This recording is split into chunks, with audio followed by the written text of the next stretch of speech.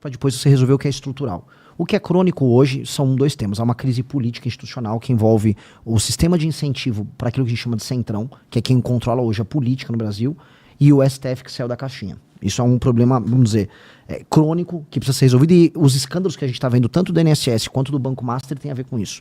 A outra parte é a crise de segurança pública. E esses são dois temas que você tem que endereçar logo de início.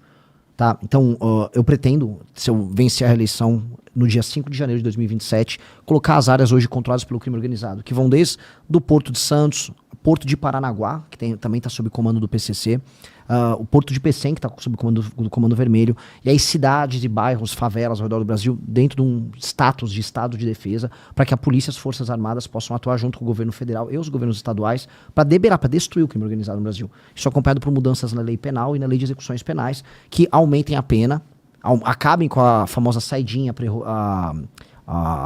meu Deus, agora esqueci o nome. Quando você consegue antecipar a pena, como acontece na maior parte dos casos aqui no Brasil. E aí, com base nisso, a gente diminui a sensação de impunidade e o bandido começa a sentir que, na prática, o crime não compensa. Hoje ele acha que o crime compensa. Essas coisas são coisas que tem que fazer no primeiro mês de mandato. E aí, sendo eleito com essa pauta, é aí que eu digo, eu estaria saindo de 3% a 4% nas pesquisas agora, para terminar com 52%, vencendo a eleição. Eu pautei a eleição com esses temas, a população brasileira considerou que isso foi importante, logo, isso seria pautado logo no início do mandato. Aí, com base nisso, a gente começa a ter tempo, fazer o país respirar para tratar de questões essencialmente econômicas e uma grande reforma política e administrativa. E aí a gente consegue trabalhar para deixar um legado num país que se torna um país na prática. Hoje o Brasil não é um país, é um juntado, é um estado confuso que todo mundo tenta levar vantagem, mas ninguém se identifica de verdade.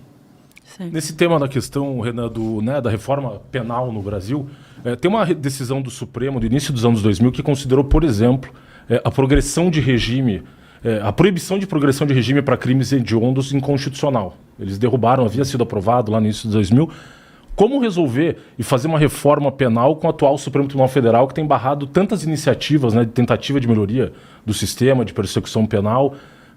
Passa necessariamente hoje qual o fator de prioridade de uma reforma do Supremo, considerando esse desequilíbrio dos poderes no Brasil hoje? Infelizmente, isso é um dado da realidade.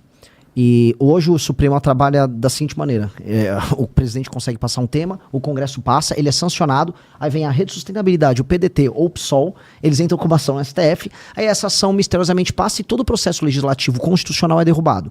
O presidente da República vai ter que atuar, e eu tô falando assim, é uma atuação muito rígida, seja uma atuação política contra o STF, seja, vamos dizer, não aceitando decisões que são elas em si inconstitucionais, para fazer com que o STF volte para a casinha. Então o STF vai ter, o presidente da República vai ter que estar na mão com um calhamaço de propostas. Eu cheguei a apresentar isso num vídeo, que vai desde o fim das decisões monocráticas, a proibição de escritórios de advocacia envolvidos com familiares de membros do STF, a gente tem o famoso filtro de entrada, que impede inúmeras ações estúpidas com vícios de iniciativa que caírem no STF e serem julgados lá. Só para título de curiosidade, vão 50 mil ações, 8 mil ações vão parar no STF brasileiro, e na Suprema Corte americana são apenas 50. Tá? Mas inúmeras outras medidas óbvias que a gente tem que tomar, criar um foro especial para além do STF que cuide dos casos que envolvam políticos, que faz com que os senadores, por exemplo, hoje fiquem na mão do STF. E aí você vai ter que botar essa discussão na mesa e fazer um balanço. Da forma como tá, não dá.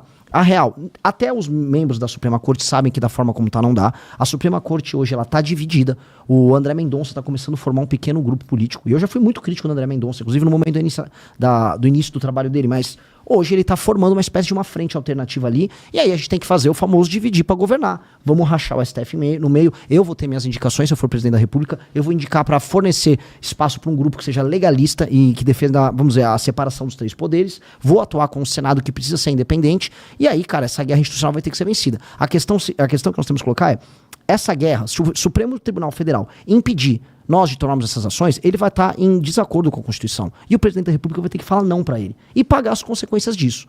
E o que eu digo pagar as consequências é, alguém vai ter que botar um freio logo no início do mandato, e aí você vai falar, o Alexandre de Moraes, fazendo um caso, para trazer um caso concreto, eu coloco um estado de defesa e falo, as Forças Armadas e as polícias vão atuar agora nas favelas para tirar o Comando Vermelho de lá. Se um ministro, Flávio Dino, der uma canetada falando, não vai, ora, ordem ilegal não se respeita. O presidente da República não pode acatar uma decisão, especialmente uma decisão monocrática dessa natureza. E aí a gente vai ficar no impasse. E aí a gente vai ter que resolver o impasse. O que eu não vou fazer é recuar. Porque senão eu não sou presidente. Eu fui eleito para ser qualquer outra coisa. Eu tenho que ser um presidente. Uhum. Bom, em relação ao Alexandre de Moraes, a gente sabe que o senhor sofre algumas críticas em relação a alguns posicionamentos, né? Em relação ao Alexandre de Moraes, teria alguns elogios em relação ao ministro. Depois de todos esses abusos, os últimos episódios, inclusive estando ele envolvido aí, possivelmente, né, com o escândalo do Banco Master e tudo mais. Qual que é o seu posicionamento, qual que é a sua opinião em relação ao Alexandre de Moraes? Eu fiz, assim, algumas piadas sobre Alexandre de Moraes na internet, especialmente na parte que envolvia a prisão do Roberto Jefferson. Agora, eu sou muito crítico a ele há muitos anos. O Alexandre de Moraes, ele foi um dos líderes da condução do PL 2630, a versão judicial dele no STF, e nós enfrentamos o PL 2630 na Câmara, que tinha apoio dele, pressão dele, inclusive, para que passasse, e depois, quando ele foi tentar passar e conseguiu, nós também fizemos frente a ele. Então, as críticas minhas a ele são sempre públicas. A primeira revista que a gente produziu, que é a revista Valete, que é a revista tocada pelo movimento, foi com ele na capa, falando dos superpoderes dele, da postura ditatorial dele.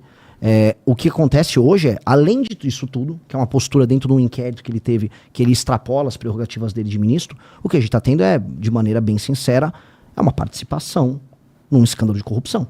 E ele tem que ser afastado por isso. Alguém fica fingindo hoje que ele não participou desse escândalo, aí a pessoa está na ilusão. E essa ilusão nós não vamos coadunar. Certo, tem mesmo. Perfeito. Renan,